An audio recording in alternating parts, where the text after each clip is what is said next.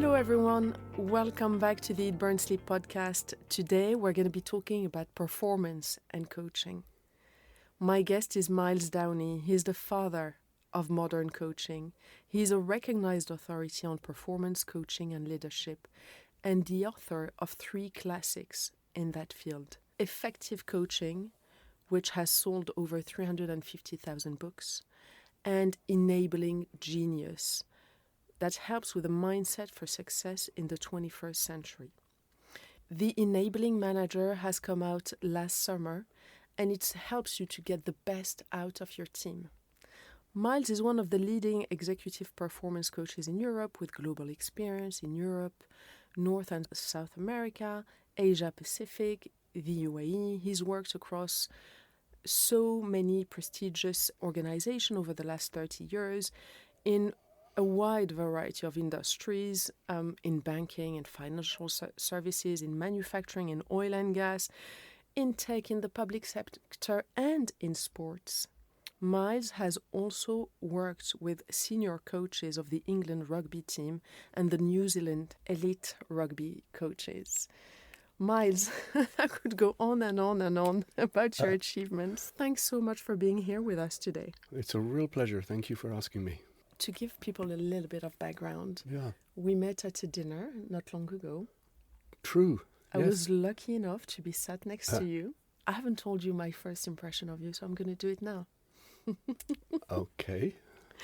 So I'm sitting at a dinner and Myles is on my right. As you do at a dinner party, you speak to people around you on your left, on your right. There were people across me. At some point, I start talking to Myles. And Myles has the kind of eyes and intelligence that lights up.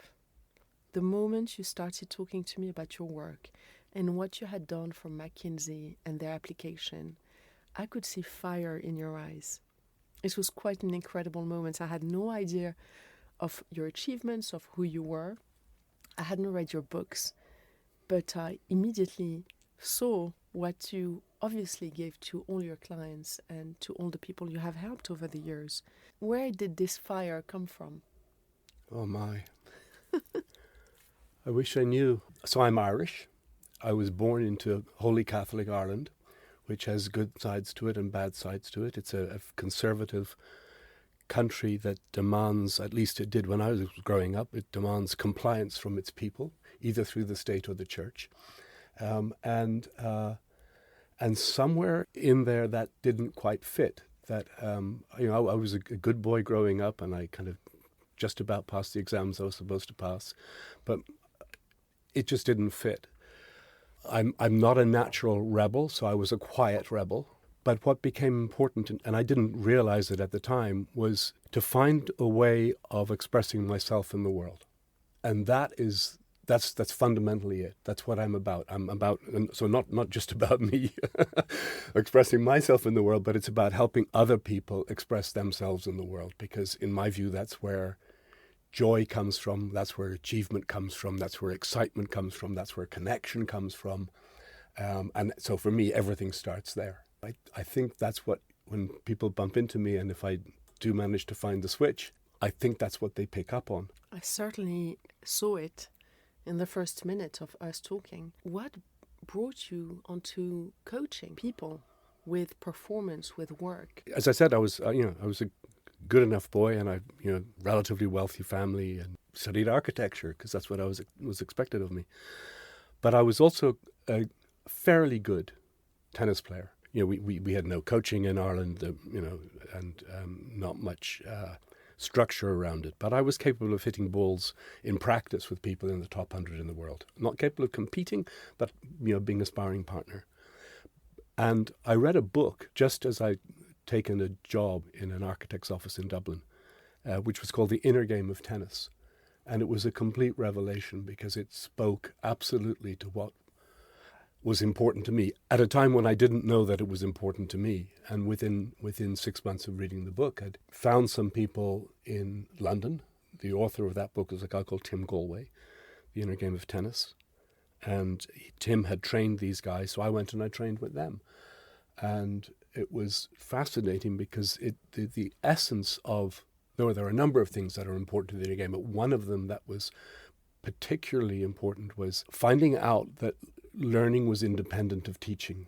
People have an innate capacity to learn. It's how people when they learn to walk, the parent does not stand behind them with their hands firmly on the shoulders, issuing instructions, condemnations and judgments and further instructions.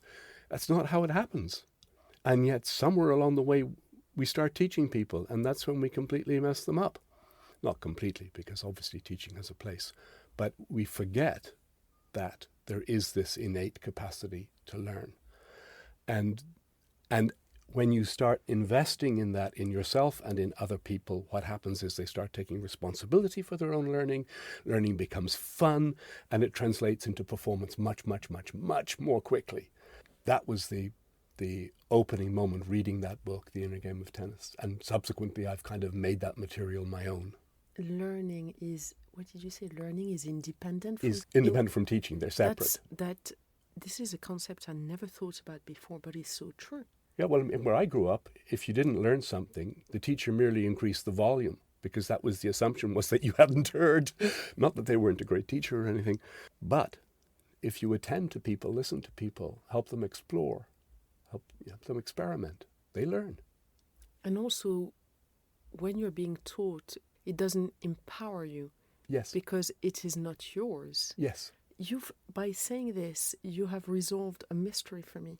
I'm somebody who is good at learning. Yeah, no doubt. At being taught, I performed well at exams.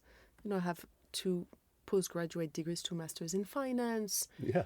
I know how to do the present value of something, but most of the things that I've learned during my finance studies and maths and all of that, I've forgotten. But everything that I have learned for Eat, Burn, Sleep, I do not forget. And No. people tell me you're like a health encyclopedia, walking health. And I couldn't understand why. Although I loved history and I loved mathematics and I loved philosophy. And I do remember some things. I've forgotten about most of the books that I've read. Mm. I know I've read them. I just don't quite remember, apart from a few, what's in them. But everything that I have done for Eat, Burn, Sleep, I was not taught. Yeah. I did it for me and for my own salvation.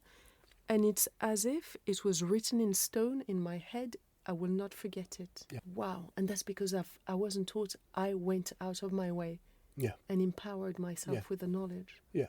So without getting too technical, we don't understand reality. We never will comprehend reality.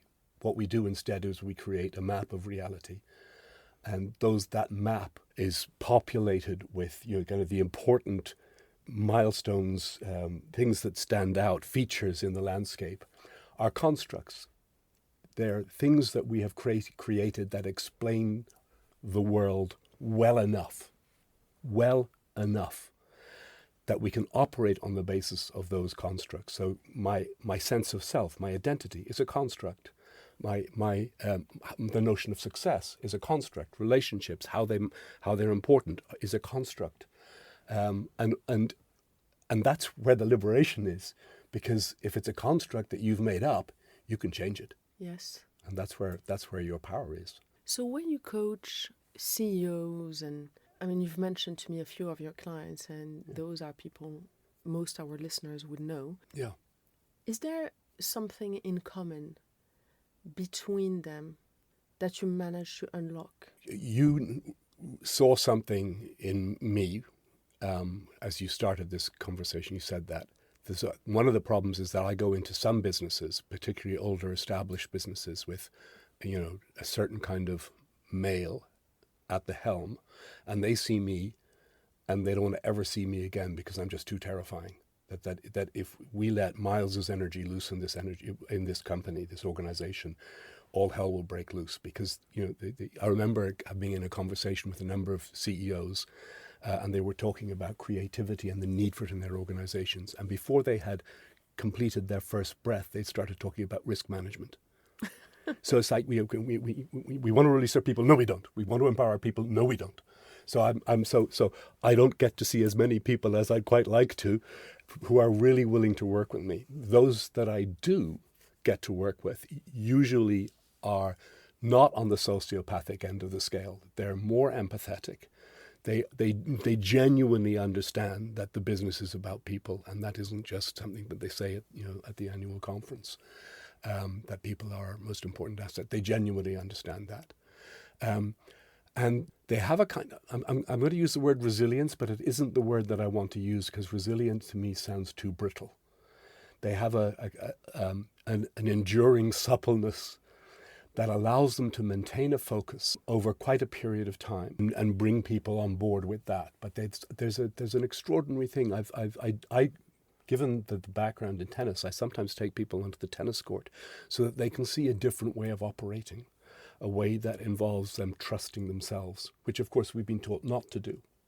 Yeah. We've been taught to do it the correct way rather than to trust ourselves. So I bring them onto a court to allow that to happen. And one of the amazing things is they have a higher capacity. The really good CEOs have a huge capacity for a high level of focus. So we know with top sports people, for instance, that there's what sports people typically call the zone, what a psychologist would call flow. And the very best people can put themselves into a state of flow and in that state of flow, you perform to your best. And it's one of those kind of untold secrets that we kind of say, in sport, that person's a natural, and they kind of, and they're so instinctive. It's like, of course, yes, but actually they're in flow, they're in the zone. And that's not just reserved for top class performers. Anybody can get in the zone. Anybody. And what gets you in the zone? One, you have to surrender. You have to trust yourself. That's probably the most difficult hurdle. Two, it's essentially about focus and attending. So when I'm speaking at a conference, I frequently do this thing where I find the person in the audience who can't catch, right? And that in itself is a bit of fun. And then the exercise unrolls. I get them to set a goal. So if your catching was to get better, how would we know? How many would you catch out of 10, for instance? And they say, 5. Okay.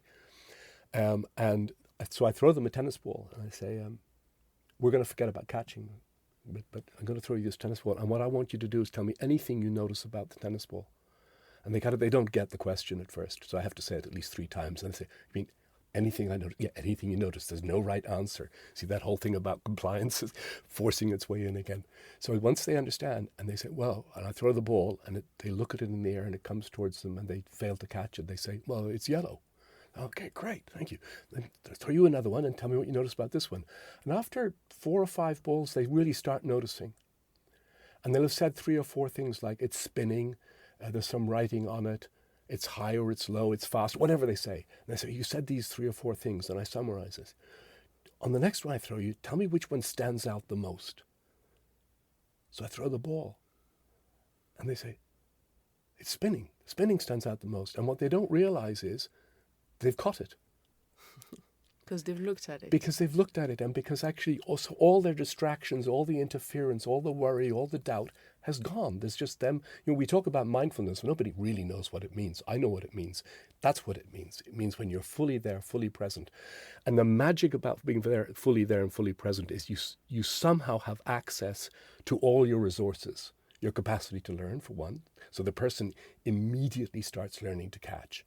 Elegantly, beautifully. I mean, you can see them within minutes, the hand kind of coming back in like a professional cricketer or something, catching the ball, and just elegant. But equally, if we're talking about a situation where creativity is demanded, people start making suggestions and thinking things and having thoughts and solving problems. So in being in the zone, in being in flow, it's the essence of genius. Amazing. We've all got it. That makes complete sense. I'm like, as you're talking, I keep thinking of things that I couldn't explain about me. Yeah. So when I do Instagram lives, I often have a topic, but I don't prepare. I never prepare them. Yeah. Because people ask questions during the live, and it's very much a flow thing as we go. Yeah. But because I'm so passionate about the subject of health, and it gives me so much pleasure helping people, I selfishly get a high from helping people. Of course, yeah.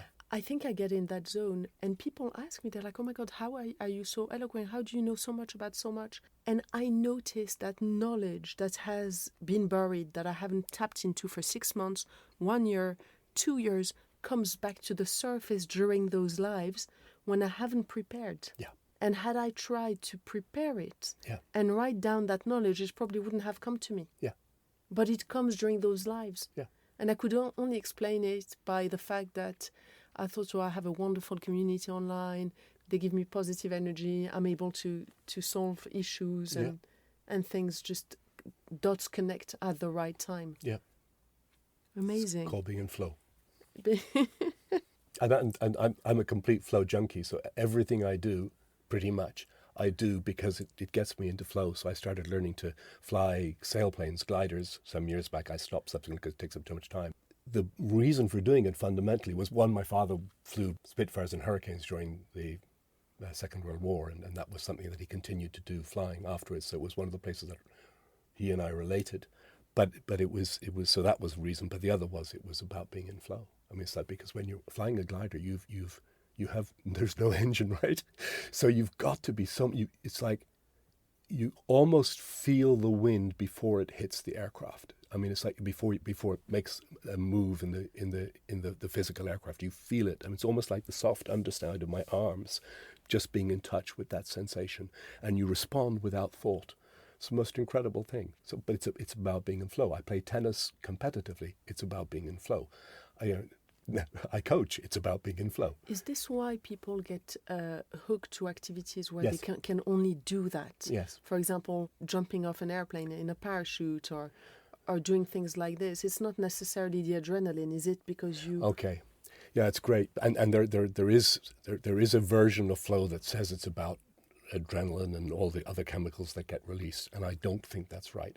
I think there are some people who are addicted to adrenaline and taking risks. Boom, and they do what they do. They may also experience flow, but if you read some of the stories about people continuing to do an activity where they've broken a leg or something and they're still skiing, it's like, that's bordering on something else for me. Flow is this mental state where you are completely engaged in the moment, where all else disappears, and it's just you and potentially you and your team in the moment, total focus. Cooking does that for me. Yeah. That's why I've always cooked, even when I was a banker and I would do 10 hours on the trading floor. I'd come home, you would think I was exhausted. But I'd go to the kitchen and cook for my boyfriend and I, because it relaxed me. Yeah. Yeah. Cooking for me is so relaxing. Yeah. I guess because I'm just doing that. I guess you're just doing that. Unfortunately, I cook too, but I'm I'm a bit too much of a perfectionist, so it gets in the way. Somebody said to me the other day, "So, Mike, but you love cooking, don't you?" I said, "No, not really. I just love eating, and the best way of getting food that I want to eat is to make it."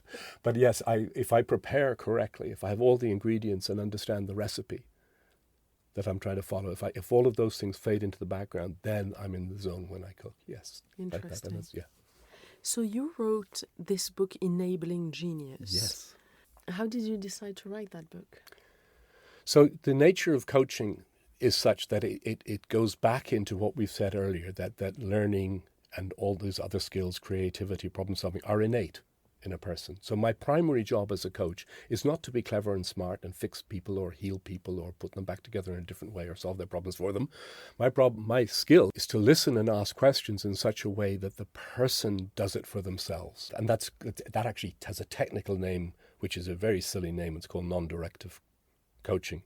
And it's a silly name, non-directive, because it tells you what not to do rather than what you should do. One or two people at around the time said to me, when they had really difficult jobs to pull off, they said, what we've been doing, Myles, has been really great, and I want to continue, but I think we need to push it further, because I need to bring all my potential if I'm going to bear on this particular project. So I went away scratching my head and said, how can I create a scaffolding that will allow me to have these people crawl out towards their fullest potential safely, without my making it up as I'm going along, which, I'm capable of doing, but it wasn't enough. So I pulled together about 20 people, and we looked at the the lives and experiences and kind of the processes and journeys of a number of people who we deemed to have demonstrated greatness, to see if we could find out if they had anything in common in terms of how they got there. So it was a request that led to I knew I couldn't do the research in time, so I got some people with me to do it, all of which was done kind of on a voluntary basis, and that resulted in that book. And what do you mean by genius? I was at a conference, speaking at a conference, an International Coach Federation conference, and I started using the word genius. And at the end of it, I was approached by a guy wearing a blazer with brass buttons, and that's the suit of conservative conservatism with a small c. And this guy was sputtering in rage. I mean, literally, he said, "You can't say that everybody can be a genius." So I'm sorry. So he was so angry, which was kind of a giveaway that, you know. So I said, right, okay, so, but let me just check. Do you agree that everybody has potential? And the man had the grace to say, yes, of course. I'm a coach. Everybody has potential. So I said, so you're saying they have potential, but it's capped somewhere short of genius?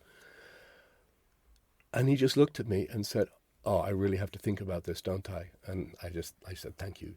And because the point had been made. Again, you ask people what genius means to them, they'll mention Einstein and Mozart, and that's pretty much about it. There's the consensus that those two white males, both dead, represent genius. No, thank you. I like being alive. So it had to be broader than that. So genius, as I now think about it, it's the embodiment of your potential. So you talk to somebody about their potential and their eyes glaze over and it doesn't mean anything. But if you say you've got a unique individual genius, that becomes interesting. Because if you can create a construct around that, what your unique individual genius is, now you've got something to work with. And that moves potential out of the realm of potential and into the realm of something real and workable and practical that you can develop and grow. So genius, the embodiment of your potential. A big part of what I do in the work I do now starts with a leader finding out what their unique individual genius as a leader is. Another conference I said recently, I said, imagine a teacher standing at the front of a room full of children and asking herself the question, I wonder what the unique individual genius of each single child in this room is, and how that would transform the educational experience, rather than the idea that I got to ram this crap down their throats. But the genius comes also from life experience. It's not necessarily innate, don't you think? It's both. So yes. So if you look at where, how people become what they are, and studies with kind of twins that have made that possible, it's the last piece of research I had was that 49% innate and nature, and whatever's left, 51% nurture. So yes, it's exactly right. It's partly so that the game is to find out what your gifts are naturally and exploit the hell out of that and develop that. And that's where self-expression lies. That's where joy lies. That's where high performance lies. Yeah, because I remember being terrible at biology when I was in high school. I hated biology. And now I do this all day long, and it's my favorite topic. Of course you do. Yes. And my children actually scored well in biology exams because they said to me, Mom, they tested us about amino acids, which we hadn't covered, but because of everything you talk about, I got the points. Oh, brilliant. And I think back to my biology teacher. It was boring. It wasn't fun. There was no purpose in my head from those biology lessons. However, I started taking an interest in medicine when I was 18, but I was studying business. But I read the book about the life of Avicenna, who was a Persian doctor from the 10th century, 10th, 11th century, who was the father of modern medicine. Yes. And I became passionate about his life, obsessed. I thought to myself, oh my God, why am I studying business? I'm passionate about medicine. And then the business mind took over. Oh, I'll make much more money in finance than being a doctor. Forget about that. This is the right choice. Yep. And also being Moroccan Iranian, so many people from Morocco or Iran, they were all going to study medicine. It felt like a cliche, so I was happy not to do it. And later on, now I'm passionate about it because there is a purpose. Yeah. First, it was healing myself, and now healing people. Yeah. And the interesting thing is, a couple of years ago, I started looking into Avicenna's work again. I pulled out his an accurate translation of his Canon of Medicine, which is the book on which modern medicine is based and has been used for centuries as a reference. And I realized that really an anti-inflammatory lifestyle is very similar to what he was suggesting back then. So we started at a point of natural healing. The only thing he did different is he would give advice based on seasons. But we no longer live seasonally. We eat the same vegetables all year round. Yeah. And also this is a big taboo, but I'll just say it, we no longer live in our natural habitat. Yeah. England is not my natural habitat. No, indeed. I wonder whose it is, but anyway. I'm probably not made to eat potatoes. And anyway, so we started at a point where we were healing with foods, like what I do. And then we started working on extracts, creating potions, tinctures, and then medicine, and then everything lab-made. And now that doesn't work anymore, and we're coming back to the origin. And so I work with so many doctors. Yeah. And this has taken 1,000 years. Because Avicenna was born around 980. I was born 1978, so it's 1,000 years in between. Very interesting. Yes. And why am I telling you all of this? So I started taking interest in biology when I read his biography. And then obviously because it helped people. When I started looking into his work again, I reread his biography and realized that the one thing he hadn't fixed and he died of is ulcerative colitis, which is the disease I have. Oh my God. Really? It was such a spooky moment, Myles, I I can't tell you. Yeah. Yeah. I was in my home thinking, what the hell? This is weird. Yeah. It felt weird. But again, I guess you have the ability to learn, but there's got to be a passion that stems from something, either someone who inspires you, or a desire, or a personal struggle, or a self-belief that creates the 51%. Yeah. But let me go back into something you were just saying there, because and talking about how, trusting ourselves and the capacities we have. If you can get rid of your preconceptions about what your food should be, so you can actually go into a vegetable shop and look around and say, what's interesting? What on the shelves, what's standing out for me? You start picking foods that are right for you in that moment. But we've lost the capacity to do that. We've lost the capacity to trust ourselves. And it's really tragic. Really tragic. I couldn't agree more. And in fact, that's why my method has a lot of flexibility. So at the beginning, it removes all the big nose, just to reduce the inflammation, because when you reduce chronic inflammation, you reduce neuroinflammation. Yeah. So your brain starts working better. The body just calms down. And slowly, because you have gone for all the low-hanging fruit and you're getting better with very simple changes, you start being able to tap into your needs. Right. So a lot of people these days suffer from food addiction because a lot of processed foods are manufactured to mess up with our dopamine receptors. Yeah. So they are going to crave things that are not good for them. Once we remove all these addictive substances from the system, for 3 weeks is to change habits, 6 weeks is a quarantine, so it's an entire reset, and that's why I have this 6-week reset. Yeah. Once you've done your 6 weeks, your body is effectively back to the origin, and then you can start doing exactly what you said. What do I fancy today? I want some greens. Today I don't want to eat greens. I want to eat oranges, orange color, so sweet potatoes and butternut squash and things that will have different phytonutrients, vitamins, minerals. And I think our body also mimics seasons. So we can go through, listen, there's no study showing this. This is just my observation.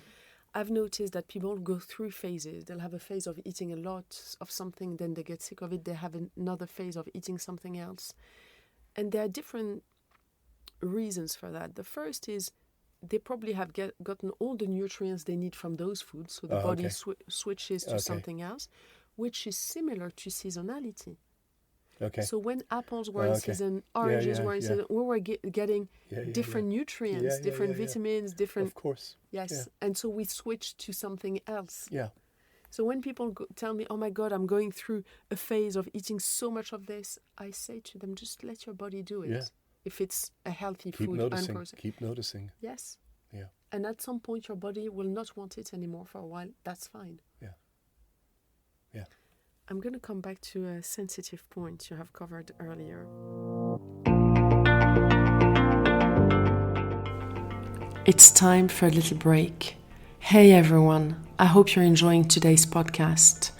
A reminder to all our listeners to subscribe, rate and share this podcast with your friends and anyone who might enjoy listening to it.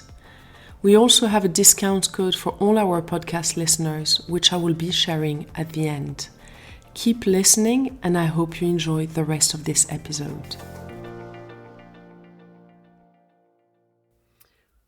You said, when I teach CEOs who are not sociopaths. Yeah. Tell us a little bit more about what you mean by that. So there is an unhealthy, and I think it's about, I can't remember the exact numbers, but the proportion of people who demonstrate sociopathic tendencies amongst the senior leadership in many of our organizations is twice what you'd find in the normal population. And that in itself is interesting. So, and if there's a spectrum, then you sometimes find people who are significantly down that scale who run their organizations by diktat. I cannot tell you the number of times that I've been running a team meeting for a senior team in a large organization, and somebody will, on the way into a meeting or in a break or at dinner or something, will say, "Can we have a minute?" I mean, yeah, I really want to say this, but if I say this, it could be, affect my career, or I'll, whatever, and so we have this. One, we have an addiction to the notion that we've got one leader rather than having leadership teams. That's a problem in itself. And it also contributes to the idea that you have this person who has all this power. So, and power is addictive. Like like some of the things we put into our food. People get hooked on it. They enjoy it. So there are far too many people in our large organizations who are single-handedly running those organizations, and the people around them are inhibited and disabled by that. And there's a lot of it about. And those people I can't work with. One, they won't let me in the door. And occasionally I've worked with people like that. And what I find out is that there's a reason for it. So one guy a number of years back was the effective CEO of one branch of the armed forces here in the UK. He said some very interesting things during the course of our conversations, but it came clear to me after about 3 or 4 conversations that something wasn't right. So he said said something. I asked him a question. He didn't answer the question. So I said, and he said something else. So I said, hold on a minute. I just asked you this question. You didn't answer it. So here it is again. I asked the question again. He didn't answer it again. So I stopped him. I said, no, here's the question. And his eyes actually flicked to my shoulder to see how many stripes I had. Because, of course, I'm a civilian. I didn't have any. And he still refused to answer. And so I just pointed it out to him again. And he said, you're right. I must go to the loo. And he left the room. So it's that addiction. And the army is this. It was the armed services. It was a branch of it. You appeared at the place where they were located, and you get escorted in my car with an escort to go to his place. There was an ante-room before the ante-room. And these are not institutions that are designed for quick decision making. No. A lot of business is moribund as a result of that. So large organizations, they do lots to try and be agile, but it doesn't happen all that much.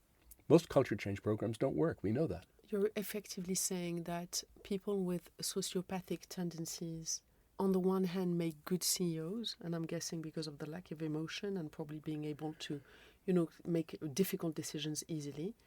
But on the other hand, you're saying that in the long run, it can be counterproductive because of the lack of flexibility and growth. Yes. What would the ideal CEO look like to you? So I just want to make sure that we don't set up the notion that all CEOs in the world are sociopaths. There's a spectrum around that, and there are one or two who are fairly on the extreme end of it. Most people have just got overly addicted to the power and the trappings of power. And even the people around them are feeding off the scraps from that table. So it's stuck in a cultural place that's just really, really unhealthy. What does the ideal CEO look like?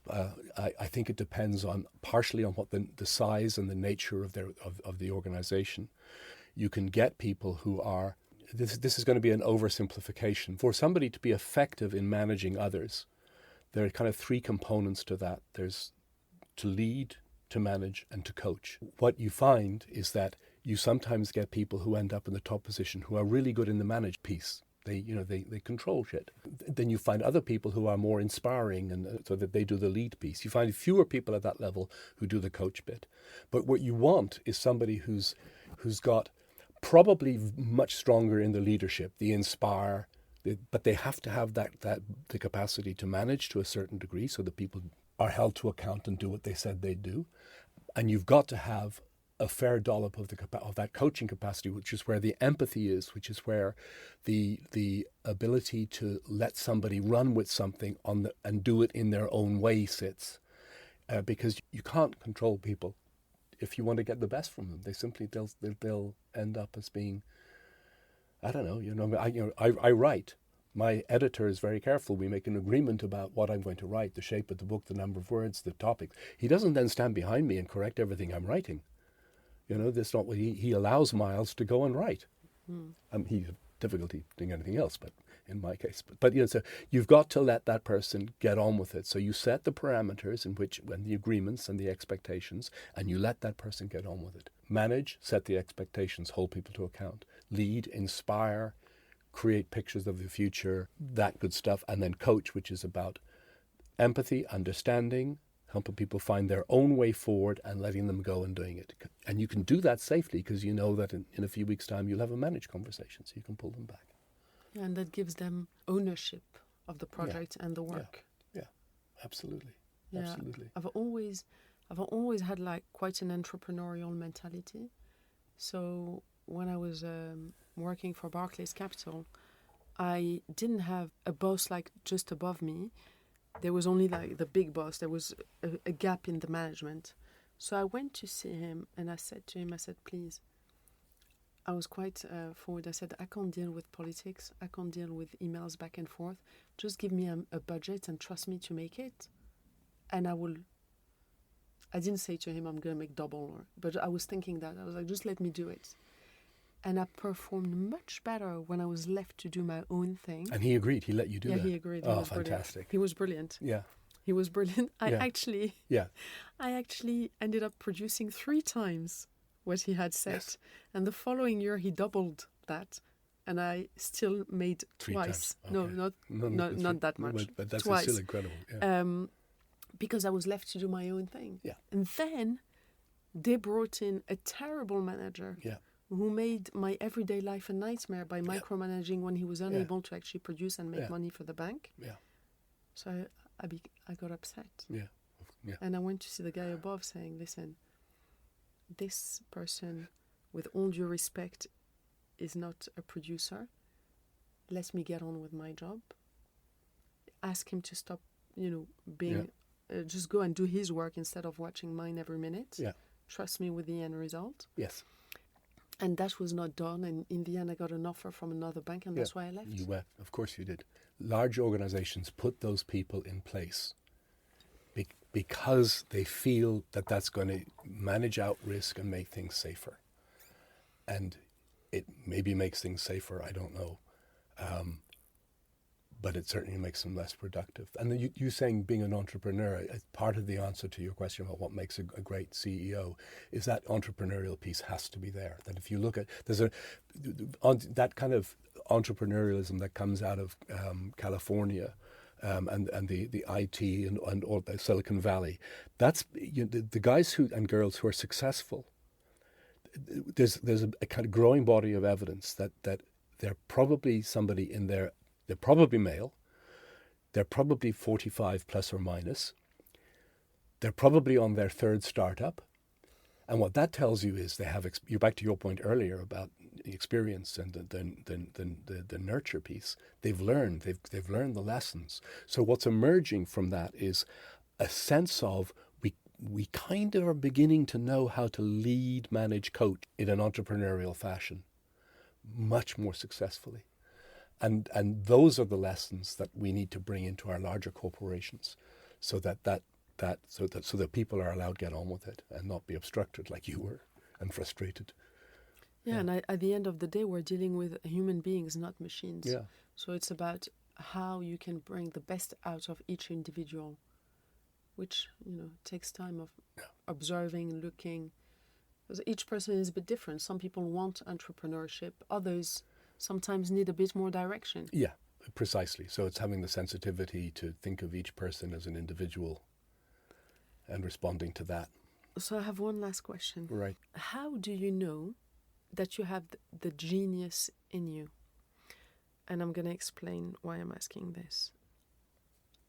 How do you know? Do you need somebody else to help you believe in yourself, trust in yourself, point to your ability, point to you what your abilities are or potential is? Like we just spoke about before starting this podcast, I was telling you that this studio is part of this company founded by Denzon, who's my mentor. He's one of the iTunes pioneers, and he's, the company he has now helps harbor young talent. And when we met, he saw the potential in me helping people with their health, which I could not see. I couldn't see it. He believed in me. He helped me, set up the company. He gave me a desk in his office. He was like, the lawyer is here, the graphic designer is here, just set up the company, get on with it, do it. You can help people get on social media. I didn't want to be on social media. He managed to convince me. I did not see it. Had I read your book, I'm not sure I would have seen it. No. I don't know, but, how a lot of people who are listening to us right now, there might be something in them that can grow into the genius zone. Yes. What is your advice to them? So first of all, to almost underline how important your question is, I was speaking with somebody the other day, somebody I know quite well, and I had absolute clarity. So this person suffers from depression in varying degrees at various times of year. And I know a little bit about their background and they're growing up, an only child, loved, but not really present at the table. The parents had a very strong relationship, and the consequence of which was nobody ever told her she was any good. I mean, literally, nobody ever told her she was any good at anything. So what that engendered was an almost complete absence of self-worth. So having a conversation about genius in that moment is really, really difficult, but it tells you what the consequence is of not having the explorations about what somebody might be good at.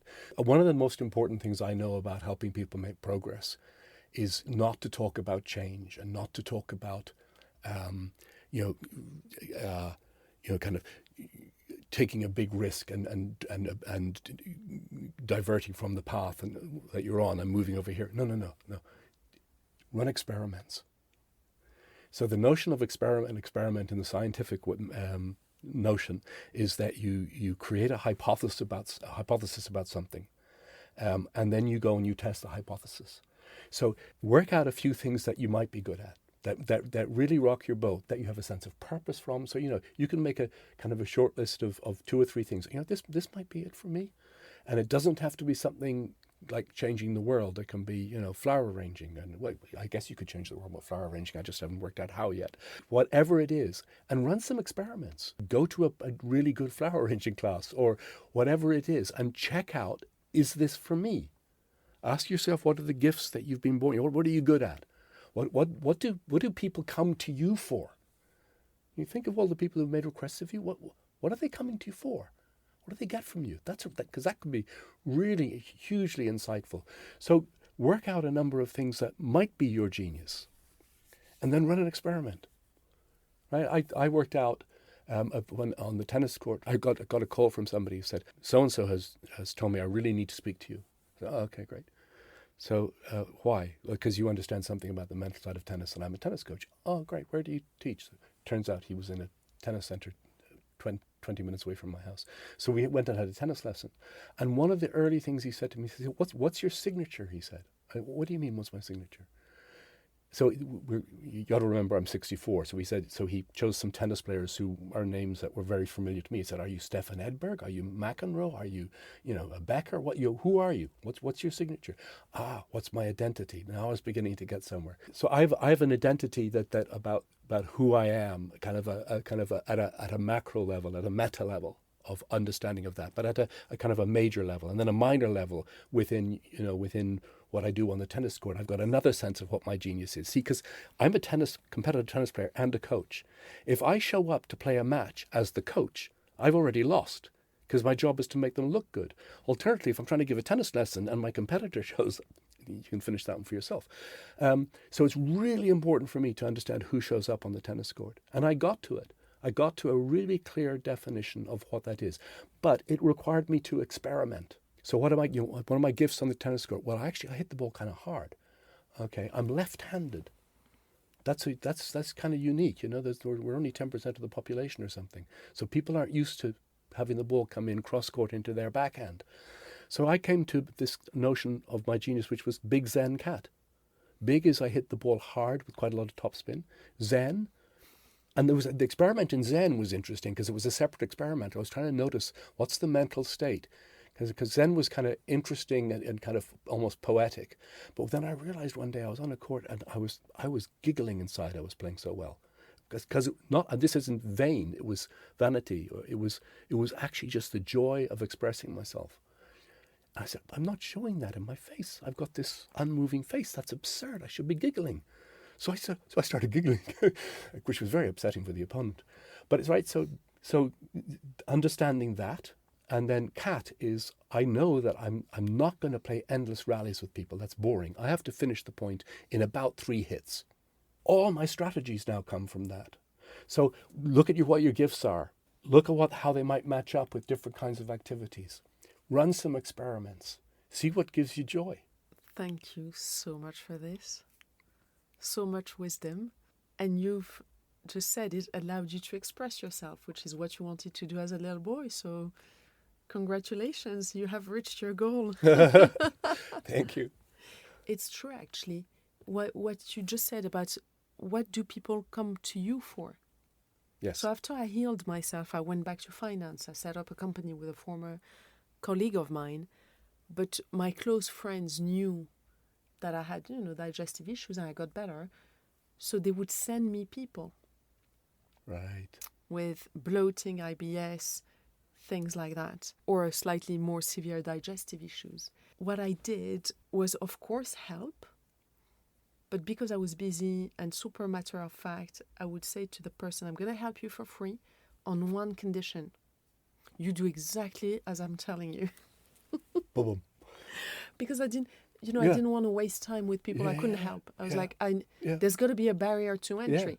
Yeah. So the barrier to entry right now on Eat, Burn, Sleep is the price. Yeah. They have to commit so they can do it. Whenever I give access to the platform for free to people, they invariably do not do it. So my cousin once came to me and asked for it. I said to her, no, otherwise all my work will be wasted. Yeah. I actually want you to do it. So the day you are in front of your computer with your credit card and you're about to pay, you ring me.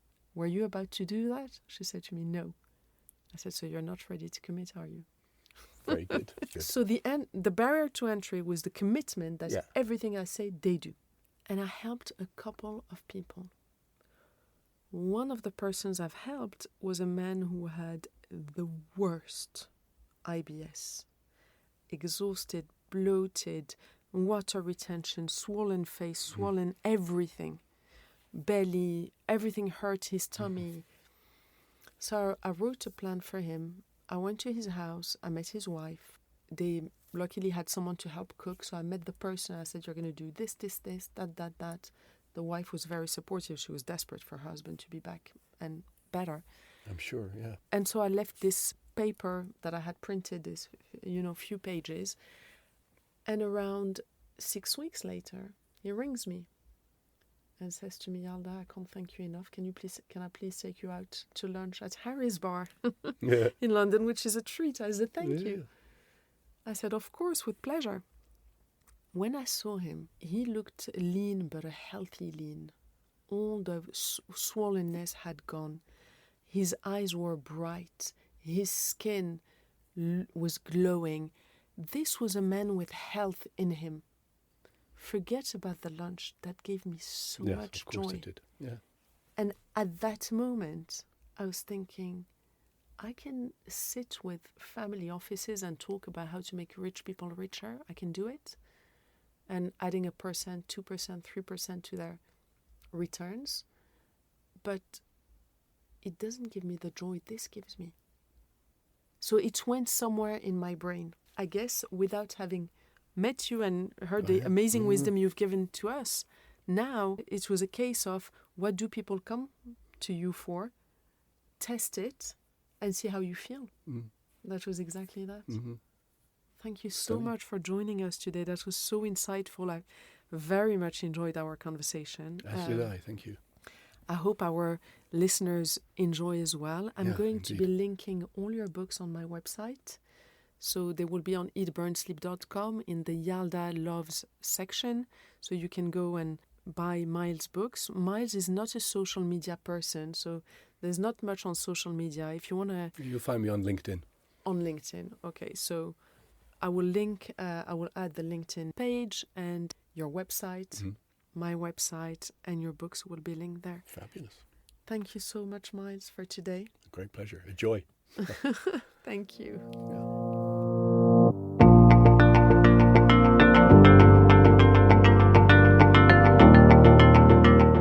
Thank you so much to all of you for listening to this podcast today. I hope you enjoyed it. It's always such a pleasure to talk about health because it's not about the destination, it's about the journey. Looking after our health is a daily thing, just like brushing our teeth. We've got to focus on it, we've got to do it right so we can live better and happier lives. For those of you who are not members of the platform yet, we have a discount code for all our podcast listeners. You can get 15% off the memberships. Just enter the code podcast15 at checkout. Thank you, and make sure to read all the articles and all the free content we have on eatburnsleep.com to keep you motivated and informed and educated about living an anti-inflammatory lifestyle.